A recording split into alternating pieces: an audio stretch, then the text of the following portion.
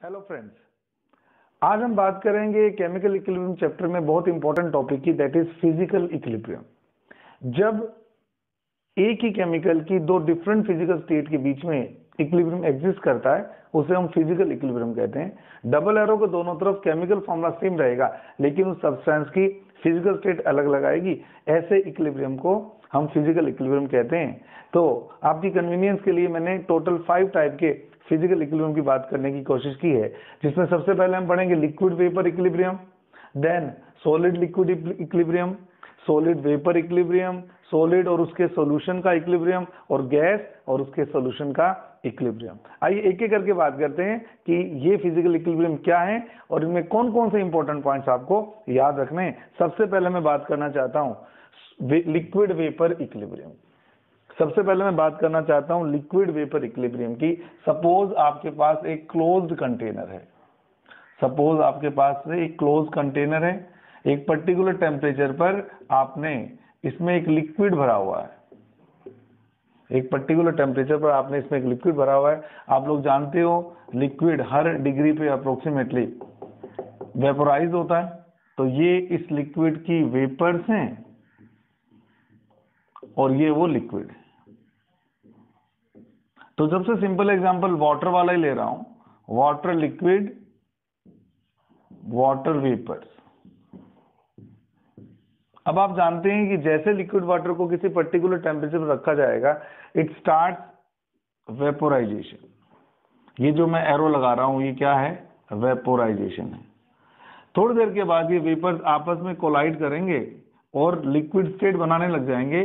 तो ये जो बैकवर्ड प्रोसेस है, ये वाली प्रोसेस है, इसको मैं बोल रहा हूं कंडेंसेशन, इसको मैं बोल रहा हूं कंडेंसेशन। तो फॉरवर्ड रिएक्शन है वेपोराइजेशन और बैकवर्ड प्रोसेस है कंडेंसेशन।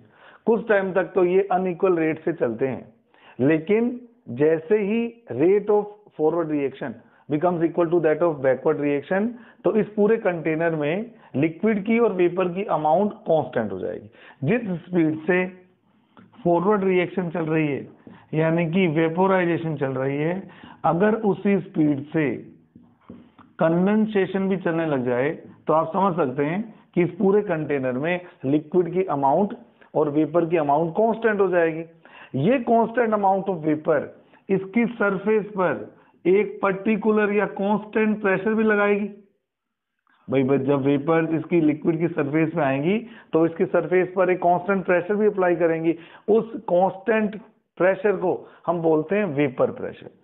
तो इस इक्विलिब्रियम की जो आउटपुट है, बेटे हर इक्विलिब्रियम की कोई ना कोई आउटपुट आएगी, हर इक्विलिब्रियम के अंदर कोई ना कोई चीज कांस्टेंट रहेगी।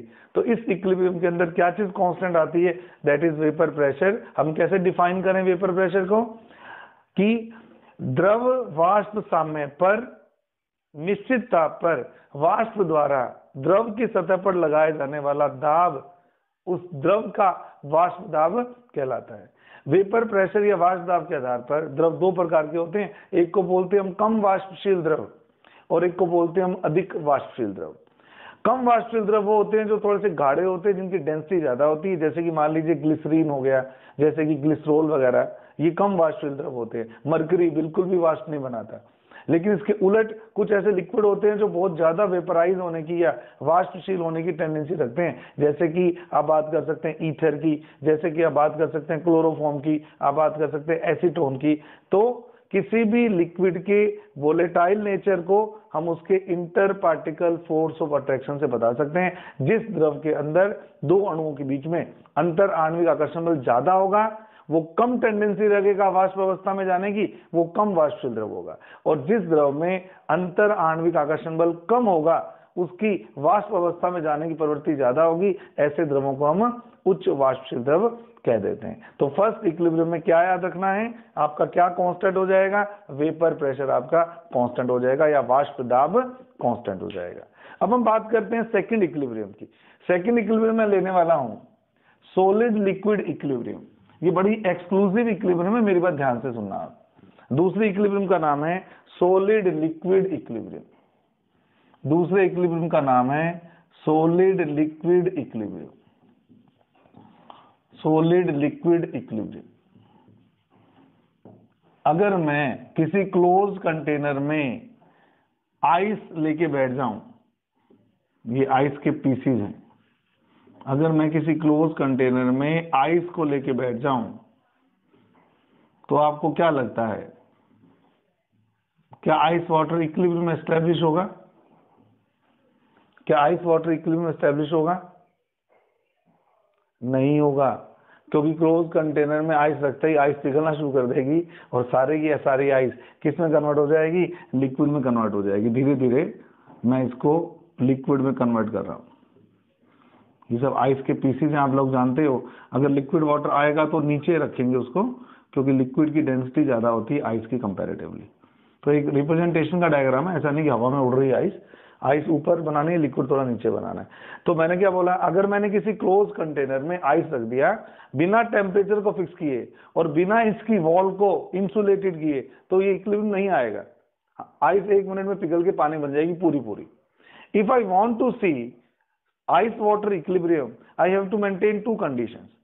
अगर मुझे आइस वाटर इक्विलिब्रियम को पढ़ना है तो मुझे 2 चीजें मेंटेन करनी पड़ेगी। पहली चीज मुझे मेंटेन करनी पड़ेगी, इसका जो टेम्परेचर है सिस्टम का वो 0 डिग्री करना पड़ेगा, और दूसरा वो टेम्परेचर 0 डिग्री से बढ़ नहीं जाए, इसके लिए मुझे इसकी कंटेनर की वॉल्स को क्या करना पड़ेगा? इंसुलेट करना पड़ेगा, यानी कि इस दीवार के बाहर ना तो उष्मा आ सके इसके अंदर और ना ही इससे उष्मा बाहर जा सके। ये 2 कंडीशन मेंटेन करूंगा तब कहीं जाकर मुझे आइस वाटर इक्विलिब्रियम देखने को मिलेगा। मान लीजिए H2O सॉलिड और डबल एरो H2O लिक्विड की बात कर रहा हूं, तो सॉलिड आइस से लिक्विड वाटर का बनना क्या होता है? मेल्टिंग ऑफ आइस, बर्फ का पिघलना। और लिक्विड वाटर से आइस का बनना क्या होता है? Fusion of water, water fuse होगा तो आइस बनेगी, या फ्रीजिंग ऑफ वाटर भी कह सकते हो, इसको आप फ्रीजिंग ऑफ वाटर भी कह सकते हो।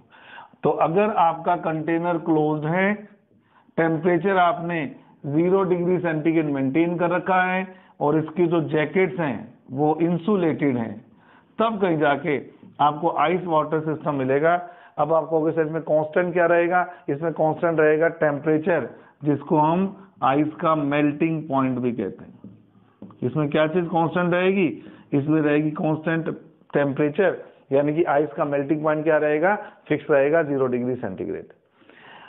एज पर ली-चैटलियर प्रिंसिपल, अगर मैं प्रेशर अप्लाई करता हूं, कई बार ऐसे क्वेश्चंस आते हैं नीट के एग्जाम में, आईआईटी के एग्जाम में, कि अगर आइस वाटर सिस्टम में प्रेशर अप्लाई किया जाए तो क्या होगा? तो आपको अच्छे से पता है बच्चों, सॉलिड वाटर यानी कि आइस की जो डेंसिटी होती है वो कम होती है, लिक्विड वाटर की डेंसिटी ज्यादा होती है। आपको सबको पता है कि अगर मैं वाटर में आइस डालता हूं तो आइस ऊपर की साइड रहती है, फ्लोट करती है पानी के ऊपर। वो तभी कर सकती है जब आइस की डेंसिटी क्या हो? कम हो, और लिक्विड की डेंसिटी ज्यादा हो। यानी कि वॉल्यूम को मैं कंपेयर करूंगा तो वॉल्यूम ऑफ आइस ज्यादा है लिक्विड के कंपेरेटिवली।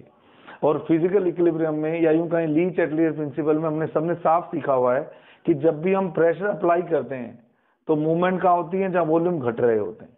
तो प्रेशर अप्लाई करने पर मूवमेंट कहाँ होती है? जहां वॉल्यूम डिक्रीज हो रहे होते हैं। यानी कि अगर मैं इस सिस्टम में भी प्रेशर अप्लाई करूंगा तो क्या होगा? वॉल्यूम कहाँ डिक्रीज हो रहा है? लिक्विड वाटर की तरफ। तो हम क्या बोलेंगे?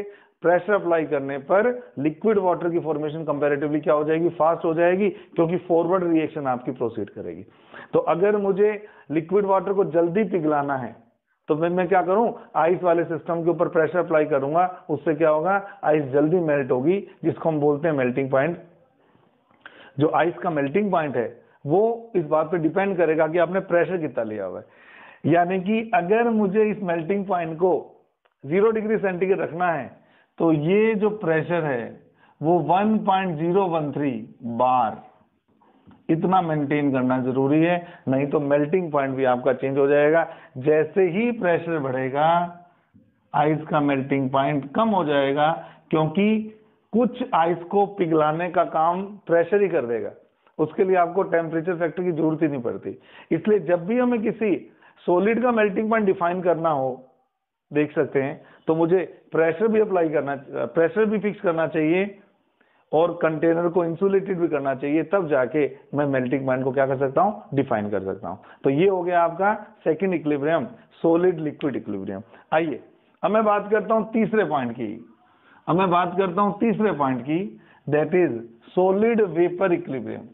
कई सब्सटेंस ऐसे होते हैं जो डायरेक्टली वेपर में कन्वर्ट हो जाते हैं, उनको हम बोलते हैं कि ये सब्लिमेट हो गए। जैसे कि थर्ड एग्जांपल की बात कर रहा हूं, solid vapour equilibrium, solid vapour equilibrium की बात कर रहा हूं।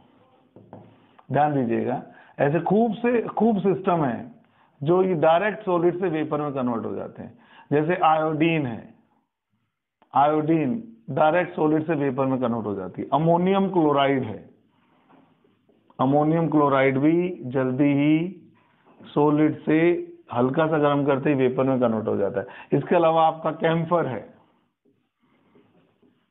कैम्फर भी सॉलिड से वेपर में 1 मिनट में कन्वर्ट हो जाता है।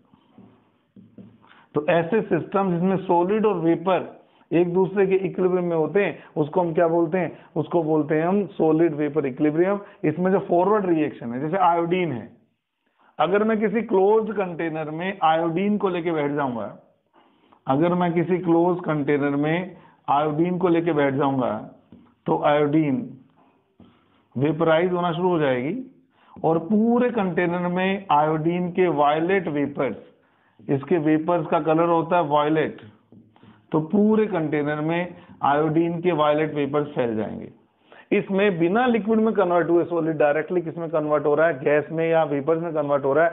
ऐसे इक्विलिब्रियम को सॉलिड वेपर इक्विलिब्रियम कहते हैं। इसमें जो कांस्टेंट प्रॉपर्टी होती है वो भी वेपर प्रेशर होती है। इसमें भी जो प्रॉपर्टी कांस्टेंट होती है वो वेपर प्रेशर होती है। सॉलिड्स का भी वेपर प्रेशर होता है जिस तरह से लिक्विड का वेपर प्रेशर होता है। तो यहाँ पे आपने इस वेपर प्रेशर को याद रखना है। तो टेम्परेचर अगर कांस्टेंट होगा, टेम्परेचर अगर कांस्टेंट होगा तो वेपर प्रेशर भी कांस्टेंट होगा। कांस्टेंट T पर वेपर प्रेशर भी क्या होगा? कांस्टेंट होगा।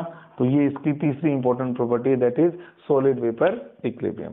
अब हम बात करेंगे चौथे और पांचवें की, जो कि ज्यादा इंपॉर्टेंट है इनकी कंपैरेटिवली, क्योंकि इससे जो टर्म्स डिफाइन की जाएंगी वो बहुत इंपॉर्टेंट है।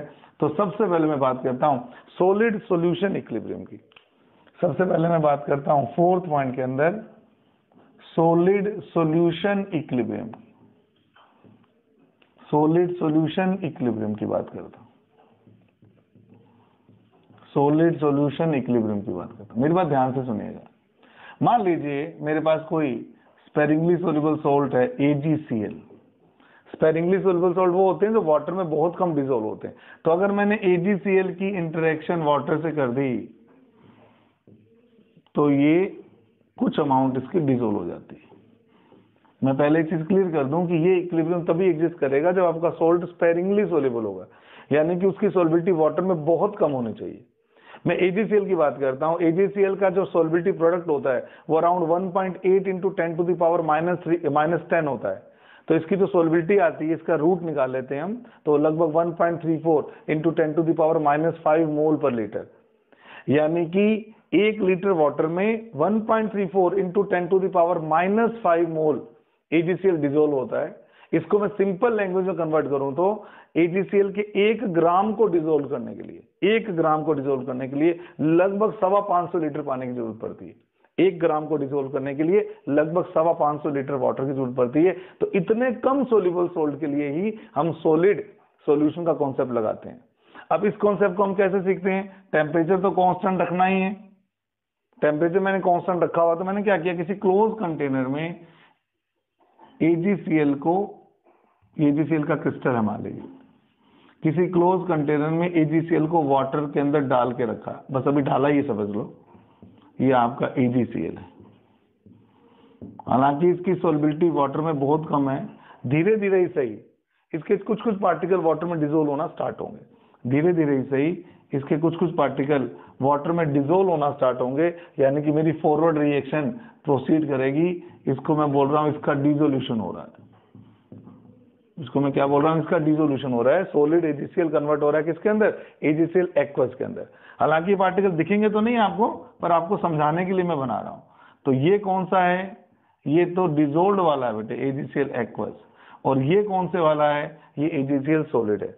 तो एक बात तो तय होगी, टाइम के साथ साथ AgCl की अमाउंट तो कम होगी, लेकिन थोड़ी देर के बाद में ये पार्टिकल वापस कोलाइड करके सॉलिड AgCl भी बनाना शुरू कर देते हैं, यानी कि अपोजिंग प्रोसेस भी स्टार्ट हो जाती है। इस अपोजिंग प्रोसेस को हम बोल देते हैं क्रिस्टलाइजेशन।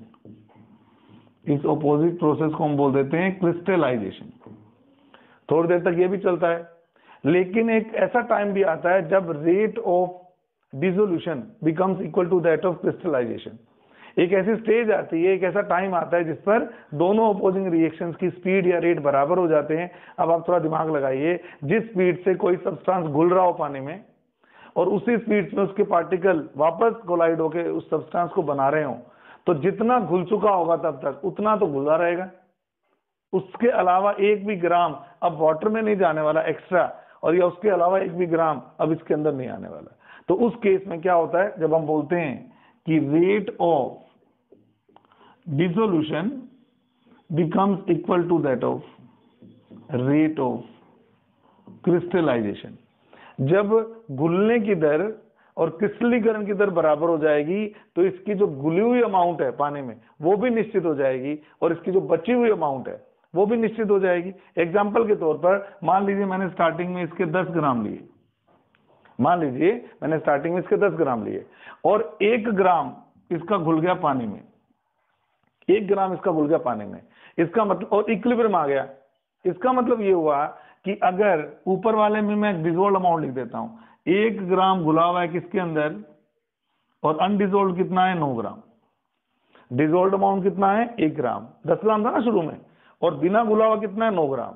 अब मान लीजिए कोई कहे आपको कि सर लगातार अगर घुलना जारी रहेगा तो क्या होगा, अगर लगातार घुलना जारी रहेगा तो मान लीजिए 0.1 और घुल गया, यानी कि मान लीजिए 5 सेकंड में 0.1 मोल और घुल गया, तो क्या नीचे वाले के ग्राम घट के 9 माइनस 0.1 हो गए और ऊपर घुले अमाउंट कितनी हो गई 1 प्लस 0.1 हो गए।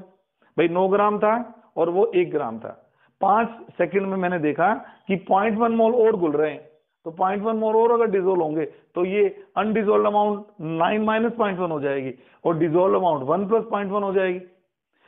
लेकिन उसी 5 सेकंड में अगर ये घुला हुआ भी क्रिस्टलीकृत हो जाए तो क्या होगा, तो ये होगा कि ये हो जाएगा माइनस 0.1 और ये हो जाएगा प्लस 0.1, और ये लंबे समय तक चलता रहेगा। तो बेटे इफेक्ट तो कोई आ ही नहीं रहा ना, ये पहले भी 1/9 थी और इक्विलिब्रियम आने के बाद चाहे 2 घंटे बाद इसको चेक कर लो, ये अमाउंट वही रहेगी, ये 1 ही रहेगा घुला हुआ और ये बिना घुला हुआ 9 ही रहेगा। इसका मतलब ये हो गया कि इस इक्विलिब्रियम पर सब्सटेंस की वो अमाउंट जो डिसोल्व हो जाती है एज वेल एज वो अमाउंट जो बच जाती है वो निश्चित हो जाती है, और जो अमाउंट डिसोल्व हो जाती है उसको उस पदार्थ की विलेयता या सोल्युबिलिटी बोला जाता है।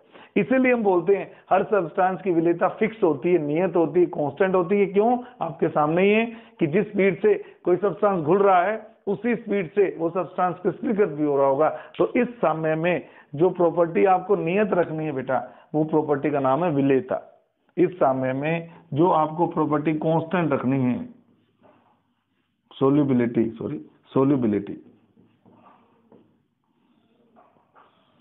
जो प्रॉपर्टी आपको निश्चित रखनी है, फिक्स रखनी है, वो क्या रखनी है, विलेयता। आपको पता ही है कि अलग अलग पदार्थों में विलेयता निश्चित ताप पर फिक्स होती है। तो ये आपको चौथे इक्विलिब्रियम से पता चलेगा। और लास्ट मेरा इक्विलिब्रियम है बिल्कुल ऐसा ही, gas solution equilibrium. Last equilibrium भी मेरा ऐसा ही है, गैस सॉल्यूशन इक्विलिब्रियम, जिसमें गैस डिसोल्व्ड और अनडिसोल्व्ड के बीच में इक्विलिब्रियम स्टेट आएगी। ध्यान से सुनेगा, गैस सॉल्यूशन इक्विलिब्रियम। मान लीजिए मेरे पास CO2 गैस है, इसमें भी हम जनरली वही गैसेस लेते हैं बच्चों जो पानी में कम घुलती है। बहुत ज्यादा डिसोल्व होने गैस जनरली हम नहीं लेते, इसमें हम अमोनिया वगैरह कम लेते हैं। CO2 पानी में कम घुलती है तो CO2 को मैंने लिख दिया ऐसे, ये तो है गैस फॉर्म में और ये डिसोल्व फॉर्म में। अगर मैं डायग्राम से बताना चाहूँ आपको तो ऐसा कुछ है। मान लीजिए मैंने ये एक वाटर है बच्चों, इस वाटर पर मैं बाहर से कहीं से CO2 गैस एंटर करवा रहा हूं, बाहर से मैं इसके अंदर CO2 गैस एंटर करा रहा हूं, कोई वाल्व टाइप हो सकता है इसमें लगा हुआ हो। तो CO2 गैस इसके ऊपर मैंने एक निश्चित मात्रा भेज दी और भेजने के बाद वाल्व बंद कर दिया। अब ये क्या है, ये है CO2 गैस की फेज में, और कुछ पार्टिकल्स इसके अंदर पेनिट्रेट करेंगे, मान लीजिए अंदर पेनिट्रेट करेंगे, ये जो मात्रा है ये तो है CO2 गैस की कौन सी मात्रा, डिजोल्ड मात्रा, घुली हुई मात्रा, और ऊपर जो CO2 गैस की मात्रा आपको दिखाई दे रही है वो गैस फेज में, वो बिना घुली हुई मात्रा है। तो क्या होगा, जैसे जैसे CO2 गैस इस पानी के मॉलिक्यूल से इंटरेक्ट करेगी तो इसको पेनिट्रेट करेगी, यानी कि इसको इसके अंदर जाएगी, और जितनी CO2 अंदर जाएगी उतनी डिजोल्ड अमाउंट क्या होगी, बढ़ती जाएगी। तो इसकी जो फॉरवर्ड रिएक्शन है वो वही है, डिसोल्यूशन, घुलना। लेकिन जब काफी अमाउंट इसके अंदर चली जाती है तो गैस की ये प्रवृत्ति भी होती है कि वो बाहर भी निकलना शुरू कर देती है। गैस की ये प्रवृत्ति होती है वो बाहर भी निकलना शुरू कर देती है। जैसे कि कोल्ड ड्रिंक की बोतल को ओपन करते हो तो बबल्स ऊपर आते हैं, बाहर आते हैं, क्योंकि वो ज्यादा अमाउंट जो गैस डिजोल्व होती है वो बाहर आती है। तो इस अपोजिंग प्रोसेस को बोलते हैं हम एस्केपिंग ऑफ गैस। इसको हम बोलते हैं बेटे एस्केपिंग। एस्केपिंग का मतलब गैस बाहर निकल रही है। इस एरो को मैंने बोला था डिसोल्यूशन, और दूसरे एरो को मैं बोल रहा हूं एस्केपिंग। तो शुरुआत में तो डिसोल्यूशन ज्यादा स्पीड से होता है, कारण क्योंकि सारी गैस ही CO2 है, अंदर तो गई नहीं। लेकिन कुछ टाइम के बाद में जब एस्केपिंग भी स्टार्ट होती है, और लंबे टाइम के बाद में जब ये दोनों रेट एक दूसरे के बराबर हो जाएंगे, ये दोनों के दोनों रेट, यानी कि गैस का dissolution rate becomes equal to gas का एस्केपिंग वाला रेट। अब आप मुझे बताएंगे, जिस स्पीड से गैस घुल रही है, अगर उसी स्पीड से गैस बाहर निकलने लग जाए एक पर्टिकुलर टाइम के बाद में, तो क्या मैं ठीक कह रहा हूं, घुली हुई गैस की मात्रा भी फिक्स हो जाएगी और बिना घुली हुई गैस की मात्रा भी फिक्स हो जाएगी। तो जिस तरह से पिछले समय में सॉलिड के अंदर मैं ये बात बोल रहा था, वही मैं इस समय में भी बोल रहा हूं कि गैस की जो अमाउंट घुल चुकी है उस अमाउंट को हम क्या बोलते हैं बेटे, सोल्युबिलिटी ऑफ गैस बोलते हैं। कौन सी अमाउंट जो अंदर है, तो इस अमाउंट को हम क्या बोलते हैं, सोल्युबिलिटी ऑफ गैस बोलते हैं। जहां तक गैस की सोल्युबिलिटी का सवाल है, ये जो है ये गैस के प्रेशर पर डिपेंड करती है। एक साइंटिस्ट थे, उनका नाम था हेनरी। उन्होंने एक नियम दिया जिस नियम को कहा गया हेनरीज लॉ। उन्होंने एक सिंपल सी बात बोली, वो कहते जितने ज्यादा प्रेशर पर CO2 एंटर करवाओगे। अब मैं थोड़ा सा इंस्ट्रूमेंट चेंज कर रहा हूं। अब मैंने क्या किया, CO2 गैस डालने के बाद अमाउंट तो वही है, मैं प्रेशर बढ़ा रहा हूं इसका। ये पिस्टन लगा दिया मैंने इसके ऊपर, कंटेनर में थोड़ा चेंज कर दिया मैंने, पिस्टन लगा दिया। अब आप क्या समझते हो, अगर मैं पिस्टन को जैसे से नीचे करता जाऊंगा, यानी कि प्रेशर बढ़ता जाएगा, तो CO2 गैस के मॉलिक्यूल्स की अंदर पेनिट्रेट होने की टेंडेंसी बढ़ती जाएगी। भाई आपने पिस्टन लगा दी और आप दबा रहे हो, अब गैस के पास जाने का कौन सा रास्ता है, बाहर जाने का। गैस दीवारों को तोड़ के तो जा नहीं सकती पात्र की, तो कहां एंटर करेगी, तो गैस कहां एंटर करना शुरू कर देती है, लिक्विड के अंदर एंटर करना शुरू कर देती है। यानी कि किसी पर्टिकुलर टेम्परेचर पर अगर मैं प्रेशर बढ़ाऊंगा गैस का, तो क्या मैं सही कह रहा हूं कि इसकी जो डिजोल्ड अमाउंट है वो अमाउंट क्या होती जाएगी, बढ़ती जाएगी। मान लो P1 प्रेशर पर जो अमाउंट डिजोल्ड है वो W1 है।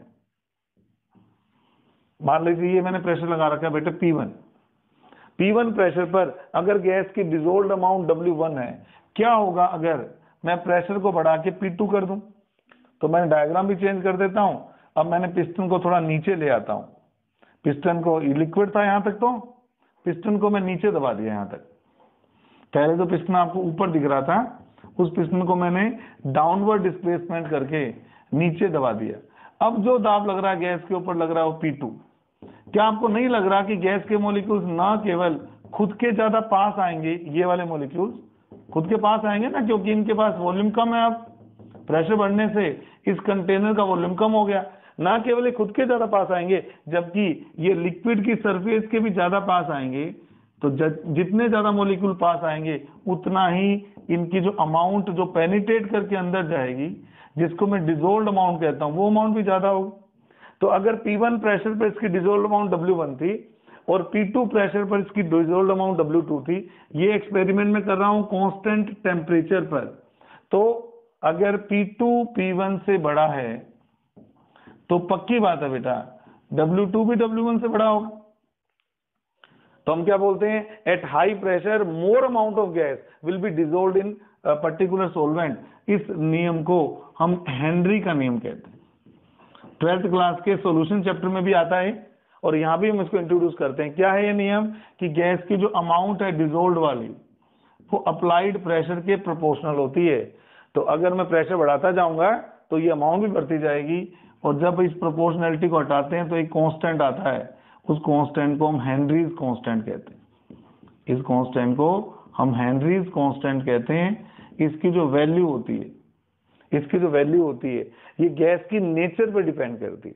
केएच की जो वैल्यू होती है depend on nature of gas. ये जो वैल्यू होती है किस पे डिपेंड करती है? Nature of gas. अगर गैस ज्यादा पोलर होती है तो उसका केएच ज्यादा अच्छा होता है, गैस अगर कम पोलर होती है तो उसका केएच कम अच्छा होता है। तो यहाँ जो प्रॉपर्टी फिक्स हो जाती है वो क्या है? वो भी गैस की सॉल्युबिलिटी है। इस साम्य में भी जो प्रॉपर्टी फिक्स हो जाती है वो भी गैस की क्या है? सॉल्युबिलिटी है। इस तरह से हम 5 प्रकार के भौतिक साम्यों का अध्ययन कर सकते हैं और हर साम्य पर जो प्रॉपर्टी कांस्टेंट होती है उसके बारे में हम याद कर सकते हैं। तो ये आपकी आज की क्लास है भौतिक साम्य की। अगली क्लास में हम आपको और इम्पोर्टेंट एस्पेक्ट, ली चैटलेट प्रिंसिपल और फिजिकल इक्विपमेंट को बताएंगे। तब तक के लिए आपका बहुत बहुत धन्यवाद। Thank you so much.